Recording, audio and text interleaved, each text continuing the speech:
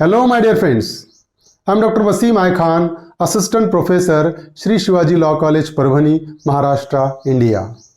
So, we will discuss the third part of Positive School of Criminology in this lecture, and we will discuss the point of view of Rafael Garofalo in this particular lecture. So, let's start the topic.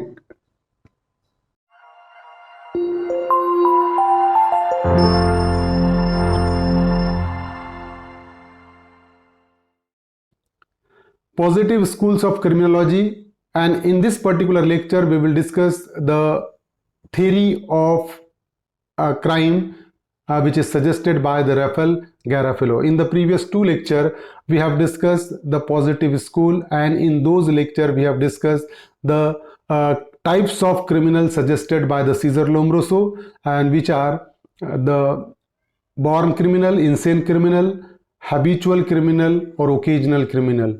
Then Enrico Ferri's classification we have also discussed. Enrico Ferri classified criminals into 5.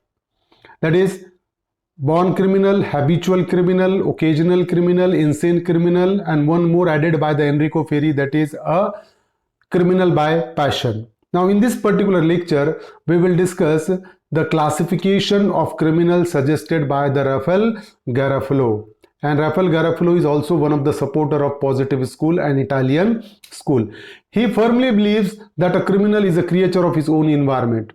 So it is a firm belief of Rafael Garofalo that criminal is a creature of his own environment.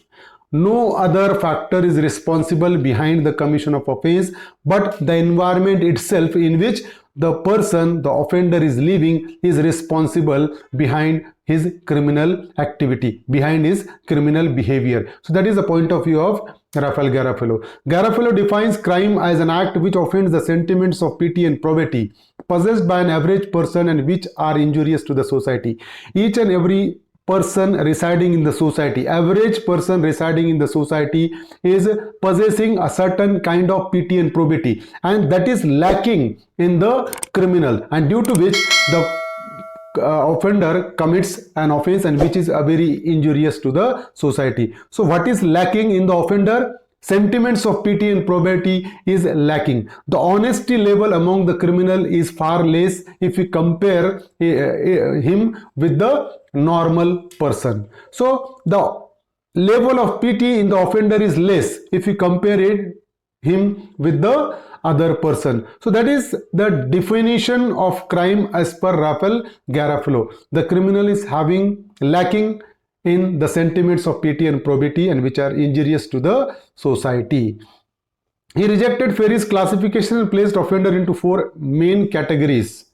So Rafael Garofalo rejected the classification of Enrico Ferri and he classified criminals into 4 categories. The first category is murderers, who he called endemic criminals. So the Rafael Garofalo kept murderers in the category of endemic criminals. The person, the offender who has committed the offense of murder comes under the category of endemic criminals according to Rafael Garofalo. So this is the first classification of criminals according to Rafael Garofalo. Second classification of Garofalo is violent criminals who are affected by environmental influence. The person who commits an offense due to the environmental influence, Rafael Garofalo kept those offenders into the category of violent criminals. The offender who are the victims of environment. Then, if the reason of commission of offense is the environment itself, Rafael Garofalo kept those offenders into the category of violent criminals. Third categories of criminals suggested by Rafael Garofalo is criminals lacking in sentiments of honesty or thief. So if we go through with the definition of theft in Indian Penal Code, so according to section 378 of Indian Penal Code, the definition of theft itself starts whoever dishonestly. It means until and unless the intention of the person behind the taking of property is dishonest, this act will not come under the category of theft.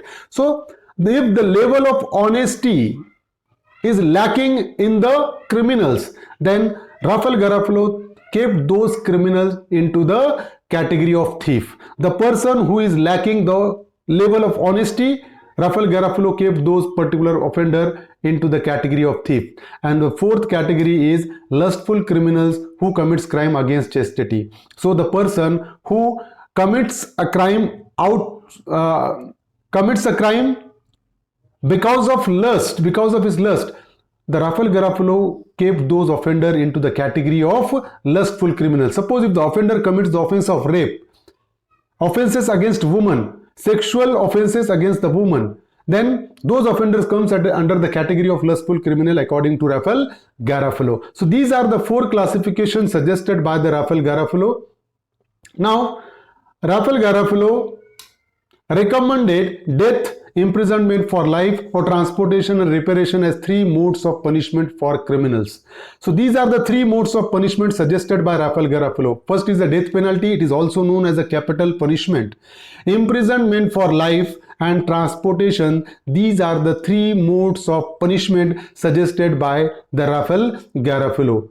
Then the motive that moved the offender to commit the crime, discover the motive and give such treatment as will tend to change the motive. Rafael Garofalo suggests that whenever the person commits an offense, behind each and every offense there is a motive. So it is the contention of Rafael Garofalo to discover that particular motive of crime first of all and treat that motive as will tend to change that particular motive. So first of all discover the motive, then treat that motive, so motive will be changed and the person will not commit an offense in future. So that is the suggestion of Rafael Garofalo.